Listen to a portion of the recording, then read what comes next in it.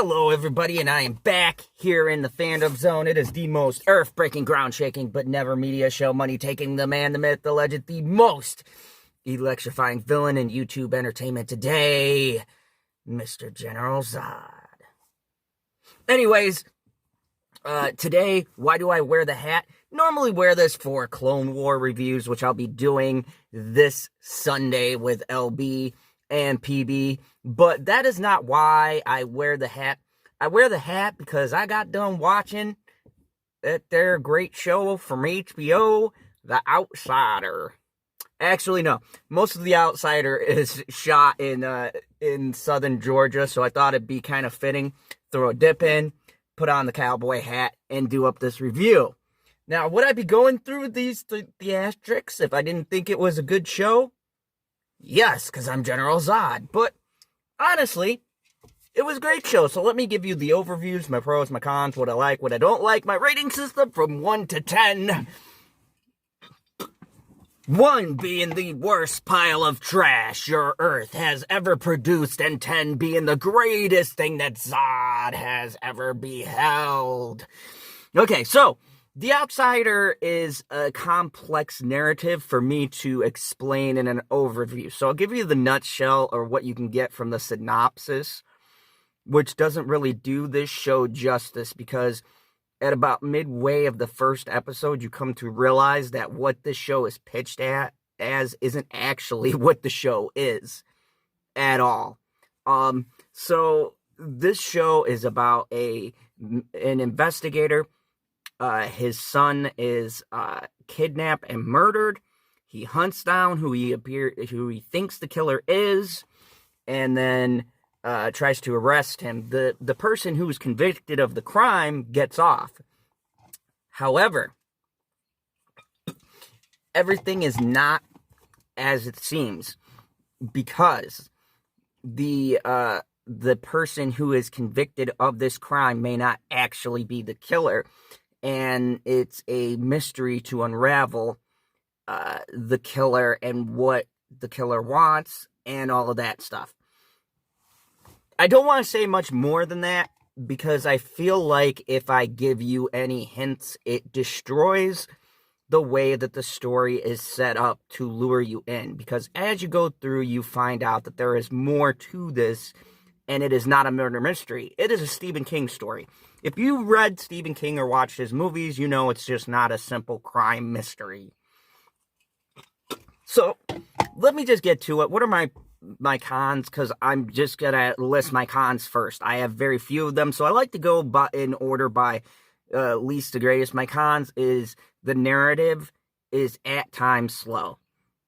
And it's not bad narrative, it's just you'll get to a heightened tension thing, and then there'll be a slowdown to talk, and it's not useless talk.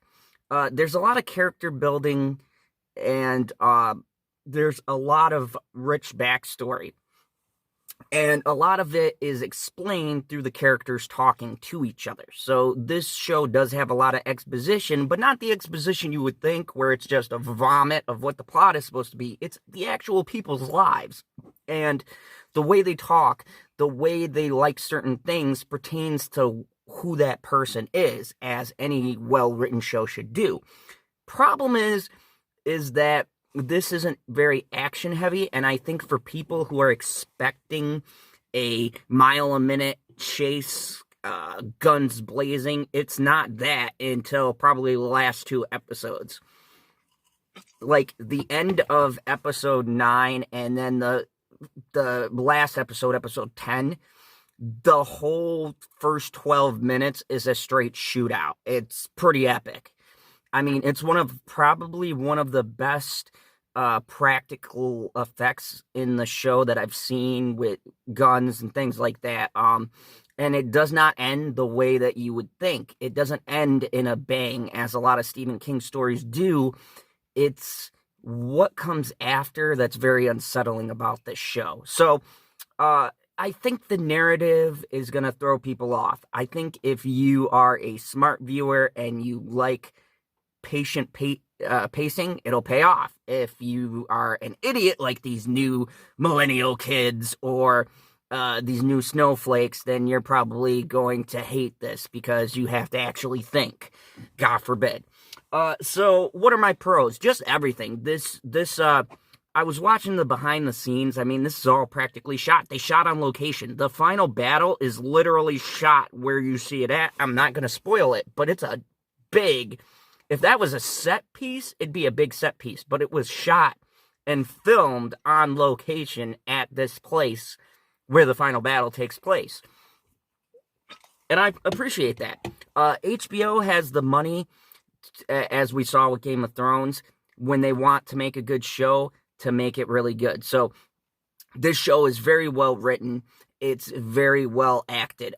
Let's talk about, I believe her name is Ivera, and I don't know her last name, and Ben Mendelsohn. They are phenomenal in this. This is probably some of the finest acting. Now, I don't know the other actors, but when you see them, they've been in other stuff.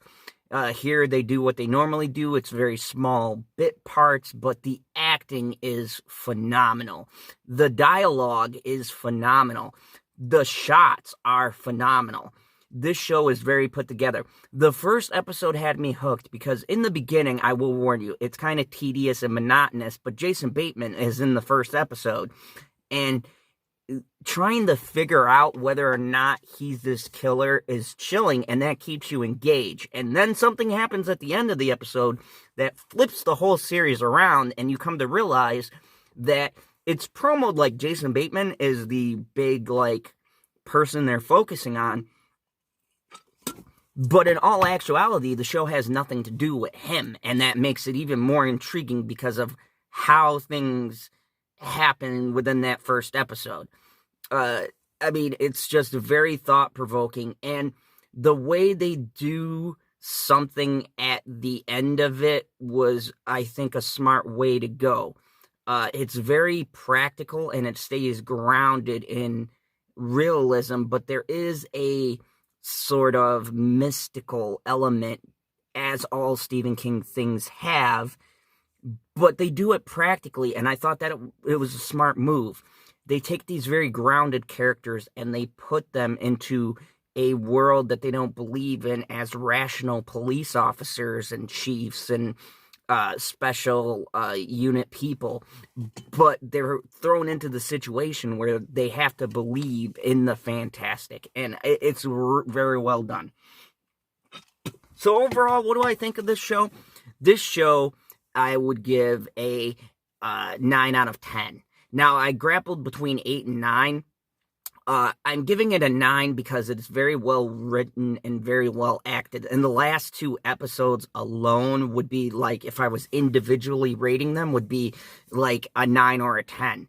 The final episode probably be a 10 out of 10. It's expertly shot. There is a resolution. This could be a miniseries. They could do a season 2 based on some things. It deviates from the book, but I think the deviation that it made sense to the script. This is the first adapted Stephen King story I've ever seen them do actually better than the book.